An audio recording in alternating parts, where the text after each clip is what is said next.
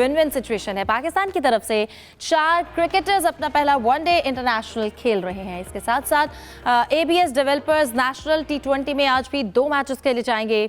गुज़श्ता रोज़ के मैचेस पर एक रिपोर्ट भी आपको दिखाएंगे। इसके साथ साथ हमारे नुमाइंदे एहतशाम बशीर भी हमें पेशावर से ज्वाइन करेंगे, उनसे वहाँ की हैपनिंग जो है वो जानेंगे।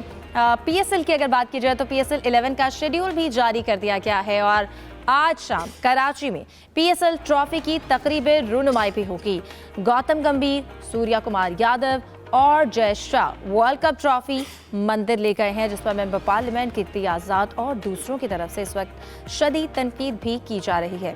ईरान पर अगर हमले की बात करें, ईरान पर अमरीकी हमले की वजह से भारत में फंसे जनूबी अफ्रीका और वेस्ट इंडियन खिलाड़ी, उनकी आज वापसी का इम्कान है बिलाखिर 10 दिन बाद।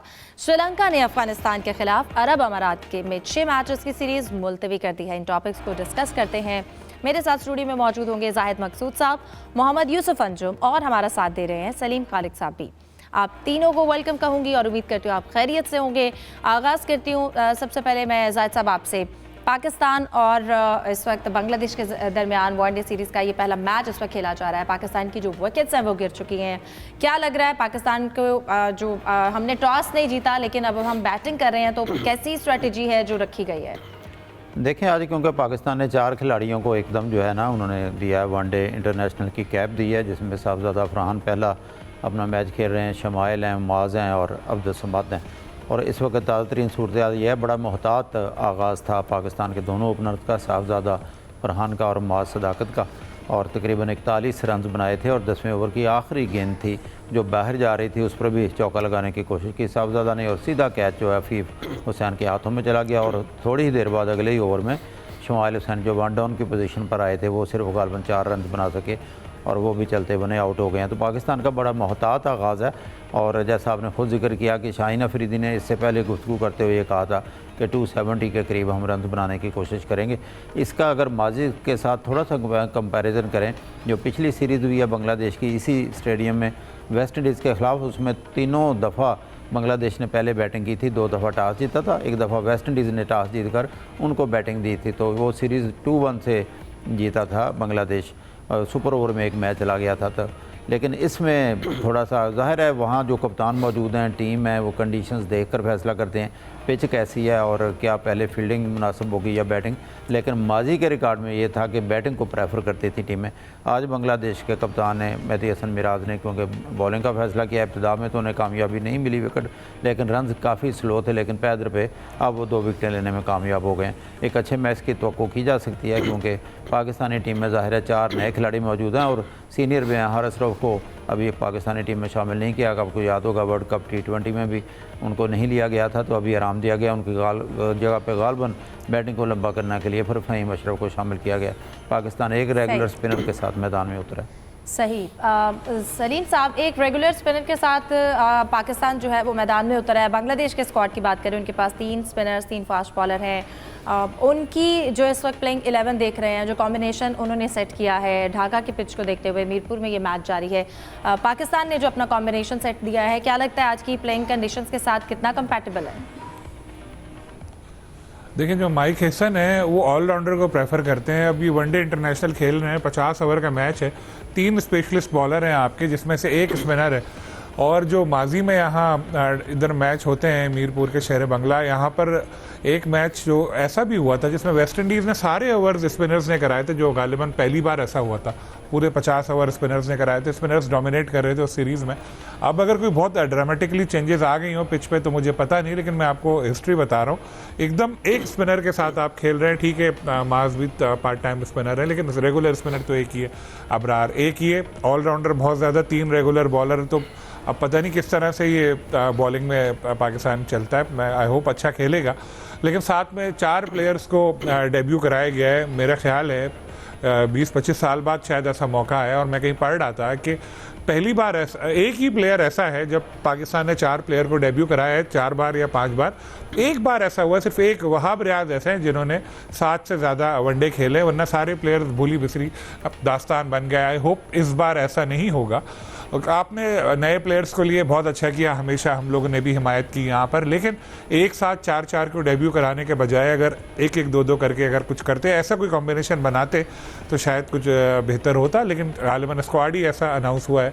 अब जैसे शुरू में हम लोगों की बैटिंग हुई तो ये क्या क्रिकेट खेल रहे हैं आप? बांग्लादेश के खिलाफ आप खेल रहे हो, कोई ऑस्ट्रेलिया के खिलाफ नहीं खेल रहे, बांग्लादेश के खिलाफ आप खेल रहे हो।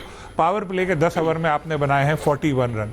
ठीक है, पहला मैच था, मास का भी पहला मैच है, साहबजादा का भी वनडे में डेब्यू है, तो आप सिंगल तो निकालो यार, डबल तो निकालो, टुक टुक एक चौका मार दिया, टुक टुक।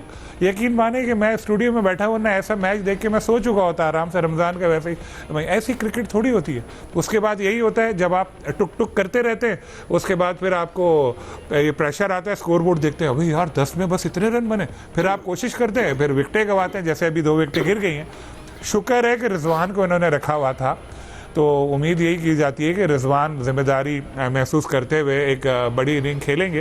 गालिबन इनके जहन में खौफ यही सवार था कि यार ये कहीं 50 ओवर ही खेलना ना मुश्किल हो जाए, इसलिए बहुत ज़्यादा मोहतात अंदाज अपनाया। खैर, होप फॉर द बेस्ट। अभी देखते हैं कि किस तरह से खेलते हैं। मैं स्कोर ये चेक कर रहा हूँ, मास रिजवानी अभी बैटिंग के लिए आ गए हैं, रिजवानी इस वक्त बैटिंग के लिए जी, रिजवान भी आ गए। हाँ, 2 विकेटें जी गिर चुकी हैं, इनको मौका मिला है, मास ने भी अब इतनी बॉलें खेली है तो उनको चाहिए एक बड़ी इनिंग खेलें। शामिल हुसैन आउट हो गए और उनकी टीम में शमूलियत भी बहुत ज़्यादा क्रिटिसिज्म आ रहा था, गो के डोमेस्टिक में उनकी परफॉर्मेंस थी कुछ, लेकिन उनसे अच्छे भी परफॉर्मर थे जिनको लिया नहीं गया। तो खैर, अब देखते हैं कि ये यंग प्लेयर किस तरह अपने आप को मनवाते हैं, नहीं तो फिर यही एक सीरीज़ के बाद वही बातें होंगी, वही जिनको निकाला है उनको बोलेंगे वापस लाओ वापस लाओ। लेकिन अभी तो मैच शुरू हुआ है, होप फॉर द बेस्ट की परफॉर्मेंस में बेहतरी आएगी। सही। यूसुफ, आप कहिएगा, जैसे कि डेब्यू प्लेयर्स की हम बात करें, 4 प्लेयर्स को जो मौका दिया गया है, आप क्या समझते हैं ये पाकिस्तान के लिए कितना बड़ा एक्सपेरिमेंट है, या हमें इसी वक्त पे इस एक्सपेरिमेंट की ज़रूरत थी? देखें, हमारी क्रिकेट चल रही है एक्सपेरिमेंट पर ही है, चाहे फॉर्मेट कोई भी हो, और ये 1 साल में 10वीं ओपनिंग पार्टनरशिप जिसको हमने चेंज किया, आजमाने की कोशिश की है। फॉर्मेट बदलते रहते हैं, हम तजर्बात उसी तरह पे करते रहते हैं। अगर हम उनकी ओवरऑल परफॉर्मेंस का जायज़ा लें तो 2015 के बाद पाकिस्तान की टीम पहली बार ढाका में ये वनडे सीरीज़ खेल रही है, और आपको पता है कि जो रिज़ल्ट माजी में था 2015 में वो क्या था, वो 3-0 थे, बांग्लादेश की टीम ने कामयाबी हासिल की थी।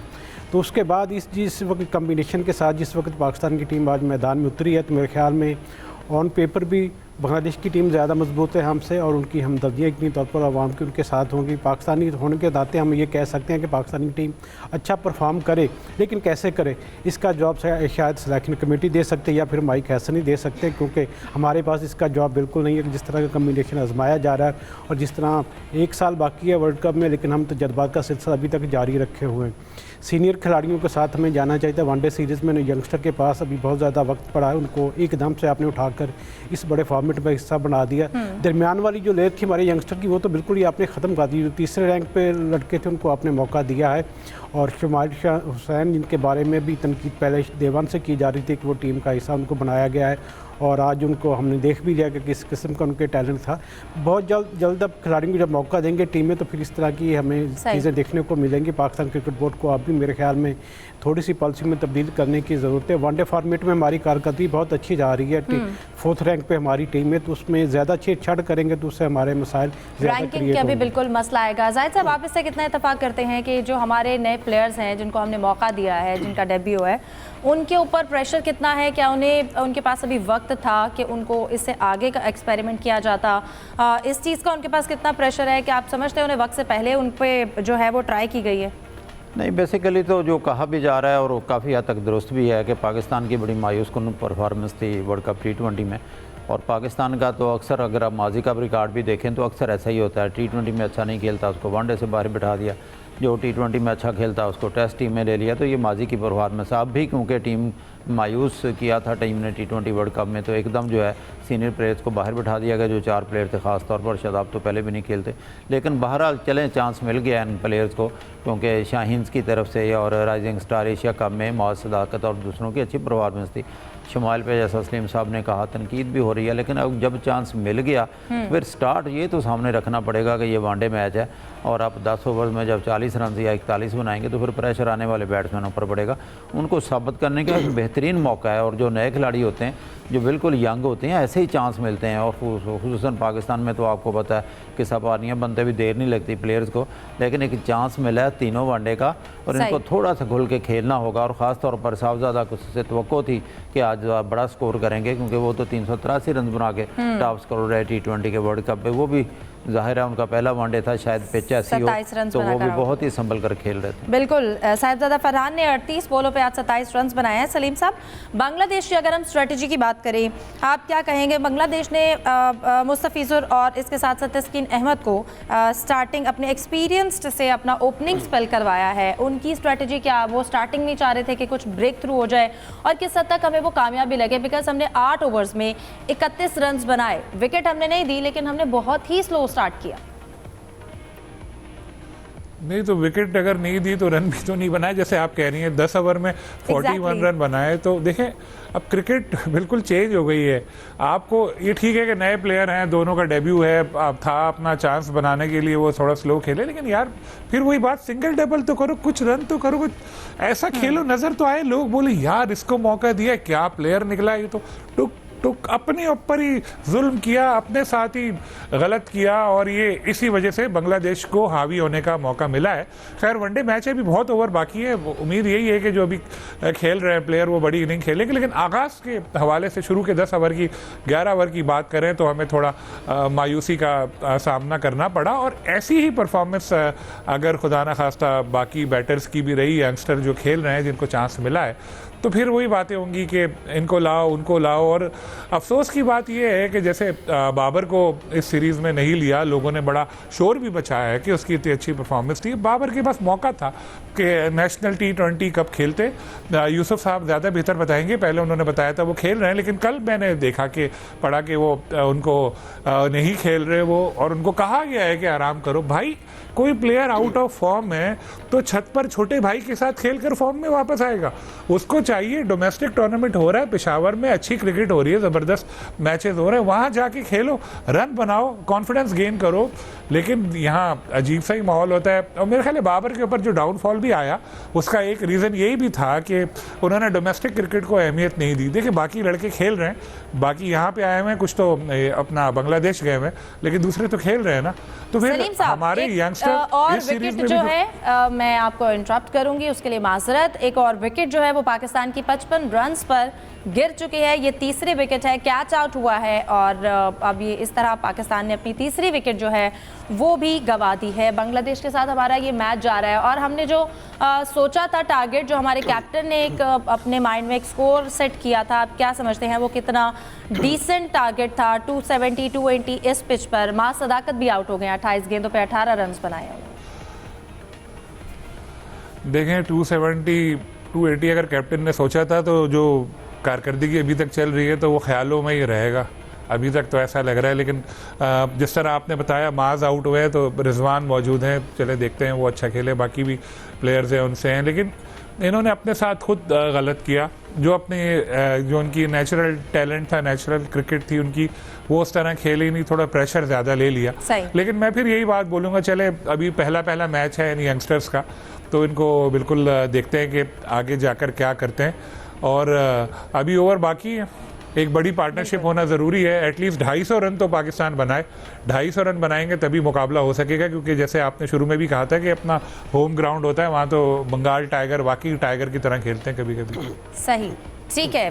पाकिस्तान और बांग्लादेश का ये मैच जारी है। इस पर जिस तरह से अपडेट आ रही है हम इस पर डिस्कशन भी रखेंगे। इसके बाद अगले टॉपिक की जाने बढ़े, अगर हम पेशावर में इस वक्त जो मैच जारी है, ABS developers national T20 cup में आज फैसलाबाद का मुकाबला बहावलपुर से, जबकि कराची वाइट्स का मैच पेशावर रीजन से होगा। और चौथे रोज एबटाबाद और मुल्तान रीजन ने अपने मैचेस जीत लिए।